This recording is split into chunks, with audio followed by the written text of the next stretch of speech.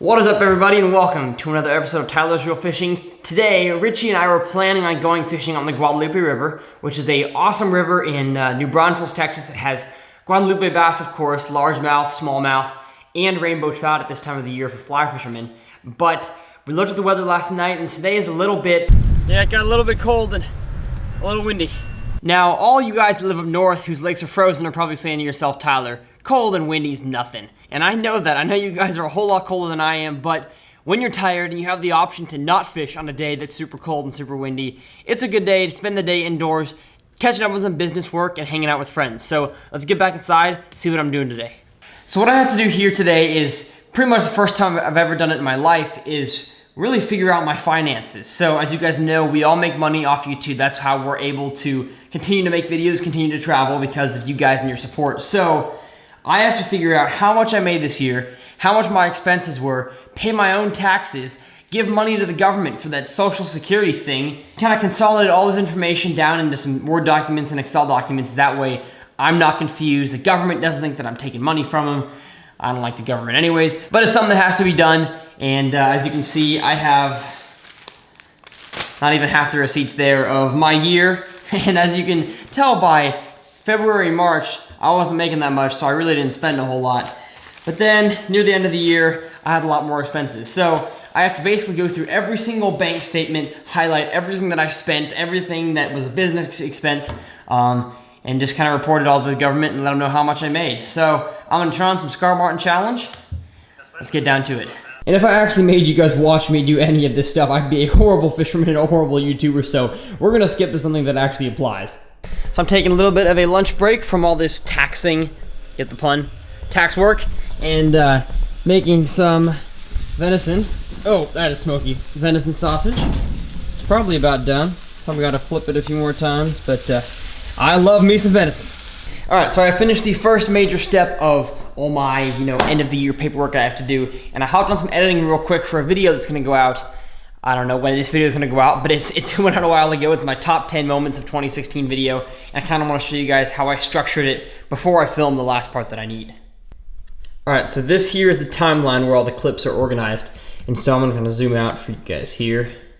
What I've done is I kind of put little spaces in between, so it's like the top, that's number 10, number 9, 8, 7, 6, 5, 4, and so on. So have all the clips organized in here. As you can see, it kind of scrolls throughout my year and all the awesomeness that ensued. All right, guys, so I'm here now getting myself kind of set up in the interview mood for the part of the video where I kind of count down from the top 10 of my fishing moments. So if you guys haven't seen that video yet, make sure you check it out. I gotta get started. All right, just filmed that video. Time to get back to editing. My mom's watching my video. Alrighty guys, so the mother has approved on the video. She likes it and I like it as well. So it's time to export this puppy so I can go out and do something pretty cool to end this video.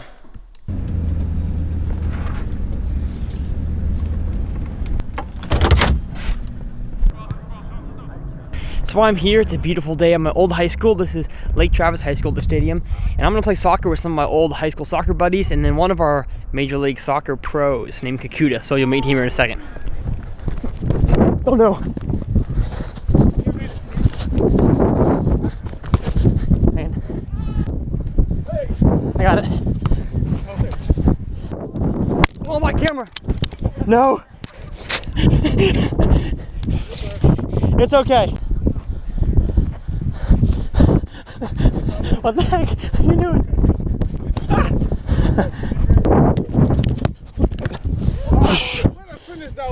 I was recording.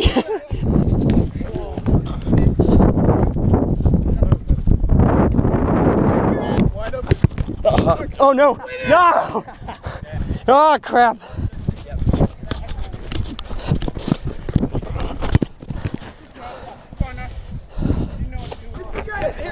Ah! I'm gonna lose followers from that play. I love it! Oh! No! He touched my camera, it's a foul. Yes! Here you go. Good game. Yeah. Okay. I still got it. Don't listen to him. It never happened. He's saying his hat trick never happened. This is Kakuta Mana. He is the youngest player in MLS history to score a hat trick. And I went to high school with him for what, a year and a quarter? Something like that. You know, he didn't even play in our high school. He got drafted by Adidas. So check out these highlights of his hat trick real quick. The tightest of defences in Major League Soccer. They've conceded 41, but here's Mane, so much pace as we mentioned, and the opening goal for Vancouver Whitecaps. It's the 18-year-old Kakuta Mane. Sperning thinks that he can get there before him, and Mane just slips it underneath of him for the opening goal of the match. Now Camilo will try and do damage. The runner is Mane. He's in for number 2 here, Kakuta Mane. And Vancouver Whitecaps have doubled their lead, and it's a virtuoso display from the 18-year-old Kakuta Mane. Clear, but it's won back by Kobayashi for the hat-trick now, Kakuta Mane! What an impact this young man has had! 2 goals all season coming in tonight, and bang, a superb hat-trick. And that Sounders defense just having gaping holes, Mane able to run through, clean in on Sperning again. So yeah, that's him. We're gonna have some more fun playing soccer. Let's get the drone up.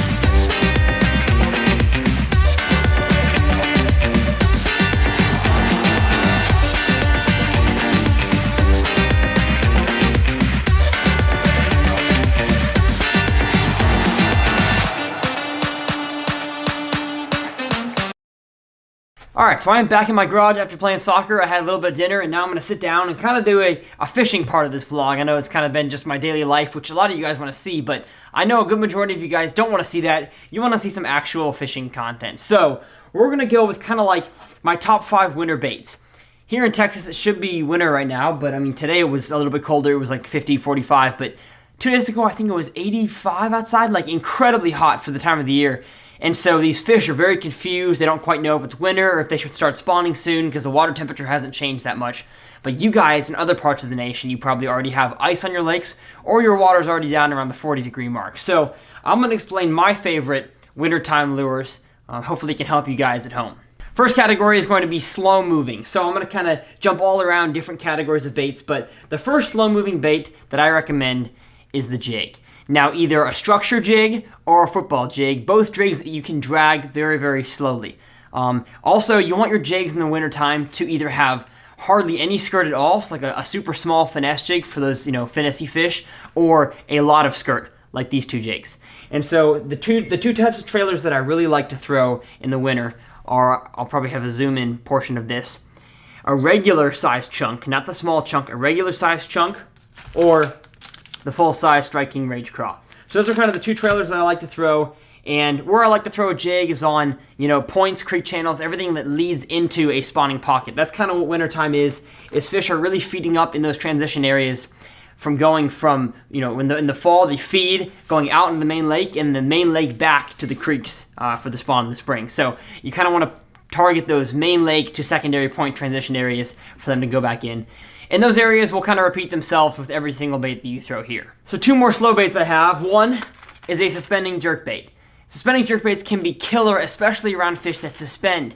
If you guys are in ponds, your fish probably don't suspend a whole lot, but if you're in deep, clear highland reservoirs like I live around, your fish suspend a whole lot. They often suspend in around 40 feet. So a jerkbait cannot get there, but it can try, and it can pick off a good amount of those fish that live pretty shallow but are just suspending above or below those shad balls. So this is a Livingston jerkbait. I believe it dives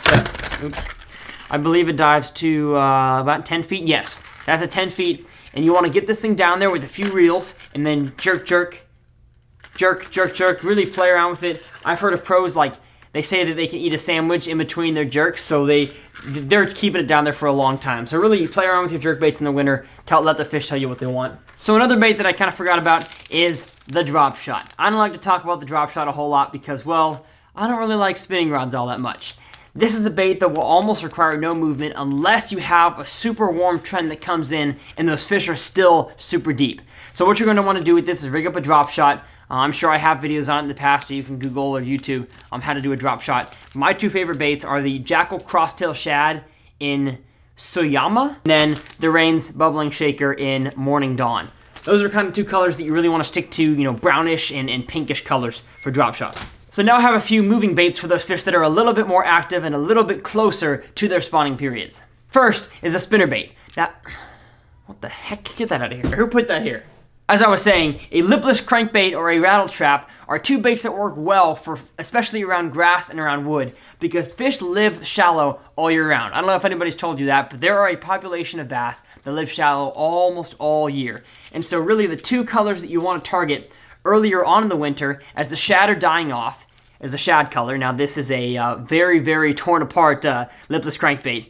And so that's what you want to try more in the early winter, and then more of a red, pink, orange kind of color for the late winter up to the pre-spawn, because crawfish will start the winter in about a brown pattern, kind of a green pumpkin like this wigglewort. But then as they start to molt, what it's called, they turn more of a red. And so that's why a red lipless crankbait or rattle trap up in end of January, February can be deadly around grass. And the last bait that's kind of my favorite for winter time is a Kitech. Now there's a myriad of different ways you can rig a Kitech, and there's also several different sizes. So if the fish are really feeding on some small forage, you might want to throw the swing impact in the 3.5 size or the easy shiner in the 4. These are kind of, you get more in your package and they're a smaller bait profile. But if you have a little bit bigger minnows, maybe some bluegill or gizzard shad, you might want to throw the 3.3 or 3.8 inch, either in sexy shad or bluegill flash, are my two favorite colors. And you can rig that on a jig head by itself, you can rig it on the back of a chatterbait, on the back of a swim jig, or put all 5 on Alabama rig. So there's many different ways you can rig Kitechs. So thank you guys so much for watching this video. If you enjoyed the vlog, let me know by hitting the like button down below. I'll hopefully be doing more of these as college picks back up and do some more traveling the end of this Christmas break. I had a blast just relaxing at home, hanging out with Kakuta, playing some soccer with him, and really just, I guess as a YouTuber, you need days like this. I know the other guys somehow do daily videos, and I'm happy for them, but I'm not quite sure how they do it because I need more sleep and I need more stuff in my life than just YouTube. So I'm glad I get to take days like this just to relax, to edit a video, and just get it out there for you guys. So we'll see you guys next time on the next episode of Tyler's Real Fishing.